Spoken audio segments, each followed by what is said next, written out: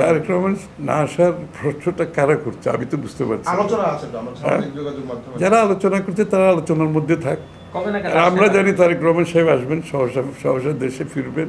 ওনার বাড়িঘর সব প্রায় শেষের দিকে, ওনার অফিসের কাজও প্রায় শেষের দিকে, এবং ওনার বাংলাদেশে যে পরিকল্পনা আছে সবগুলো ভালোভাবে এগুলো পরিকল্পনাগুলো সব দলের পক্ষ থেকে, ওনার পক্ষ থেকে আমরা শেষ করে ফেলেছি।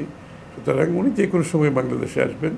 আর যারা গুঞ্জন করছেন তাদেরকে গুঞ্জন করতে দেন, অসুবিধা নেই। জুবাইদুর রহমান গুঞ্জনেরও তো কিছু লোক লাগে বাংলাদেশে, তো তাদেরকে গুঞ্জনের মধ্যে থাকতে দেন। এটা এবং গুঞ্জনের পিছনে যারা অন্য চিন্তা আছে কিনা সেটাও আমি তো জানি না। সুতরাং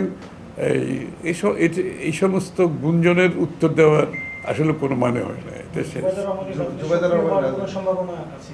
হ্যাঁ, রাজনীতি সেটা জুবাইদুর রহমান বলতে পারবে, সেটা তো আমি বলতে পারবো না। দলীয় আমরা জানি যে তারেক রহমান সাহেব দলের নেতৃত্বে আছেন, উনি দেশে ফিরে আমাদের নির্বাচনী নেতৃত্ব দিবেন। আশা করি জনগণের আমরা যদি সমর্থন পাই, আগামী দিনে বিএনপি যদি সরকার গঠন করে উনি প্রধানমন্ত্রীত্বের, ওনার নেতৃত্বে মন্ত্রিসভা গঠন হবে, দেশকে সামনের দিকে এগিয়ে নিয়ে যাওয়ার যে বিরাট প্রত্যাশা আকাঙ্ক্ষা আছে সেটা আমরা পূরণ করতে পারব। বিএনপির নেতাকর্মীরা গত 15, 16, 17 বছরে এরা ত্যাগটা স্বীকার করেছে কী জন্য? বাংলাদেশের মানুষের মালিকানা ফিরিয়ে দেওয়ার জন্য।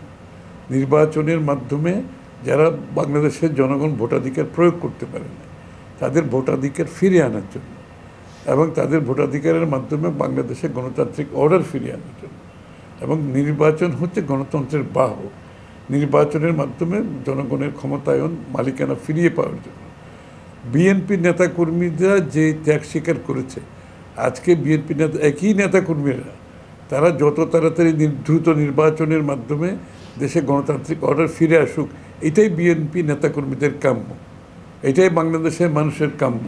সেই জায়গাটাই বিএনপি নেতাকর্মীরা পিছিয়ে থাকবে কেন? তারা সবার চেয়ে বেশি অগ্রগামী থাকবে, এটাই তো স্বাভাবিক, তাই না?